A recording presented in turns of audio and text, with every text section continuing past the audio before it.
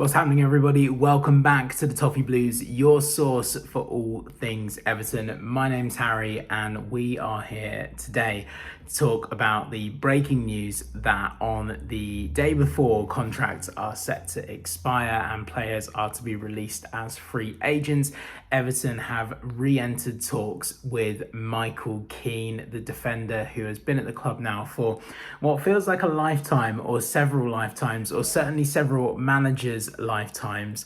Michael Keane is now in talks to potentially stay at Everton for at least another season.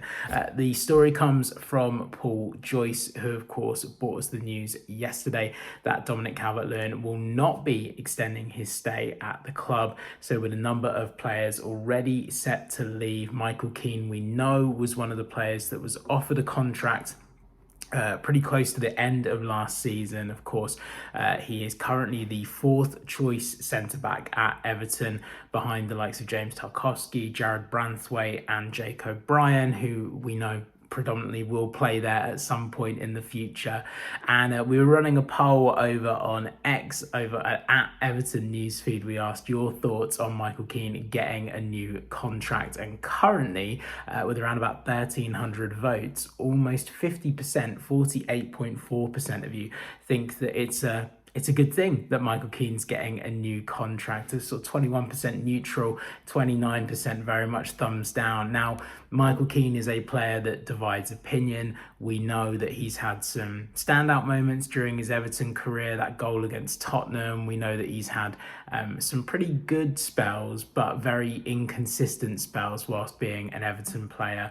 I think many fans will call back to being subbed on when Tarkowski got injured in the Manchester City game, and how that really kind of changed the complexion of things. But overall, Michael Keane, in my opinion, is a steady hand that, provided we are not inundated with injuries, will play a very small part in the Everton setup next season. Now, what you have to think about here is something we've talked about long and hard on the Toffee Blues throughout the season, on the pod, on various videos, that we knew there was going to be a big summer rebuild. We're yet to see too many signs of that right now, but we know that that's coming in July, before the start of the new season.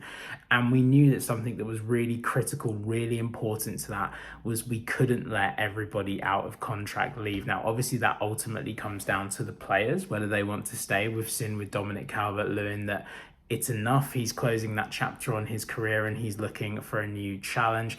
Michael Keane seems to be favouring staying at Everton, and now we're pretty sure he's got other offers on the table. There's been links, of course, to his former club Burnley, who are recently promoted. So there are teams coming up into the Premier League, or indeed established Premier League sides, that might be looking at Michael Keane to play a bit of a bigger role for them next season. But maybe Michael Keane is happy under David Moyes and life at Everton. So a new contract does look like it is on the table, and you can still give us your thoughts on Michael Keane. You can head on over to X at Everton Newsfeed. Let us know your thoughts. That poll is still running. It's still got a few hours left to go. Do let us know what you think about England centre-back Michael Keane potentially extending his stay at Everton Football Club. Now, it's not the only transfer news out of Everton today. There was big breaking news, probably the most exciting story of the summer so far, that was Jarrad Branthwaite being offered a new contract to extend his stay at Everton. Obviously, the main man that David Moyes wants to build his Everton squad around, the future of Everton. He's had lots of transfer speculation surrounding him, hasn't he? Last summer it was Manchester United. This summer it's been Tottenham. But it looks like we're going to take Branthwaite's name out of the rumour mill nice and early by securing him to a longer term contract. Now, when I chatted to Joe Thomas for the Toffee Blues earlier on in the window, he was very keen to point out that, you know, for Jarrad Branthwaite to stay at Everton, to continue to be happy at Everton, we were going to have to start paying him like the star player that we say that he is. And it very much looks like that's going to be what's in this new contract. And according to Paul Joyce today, he is close to signing that.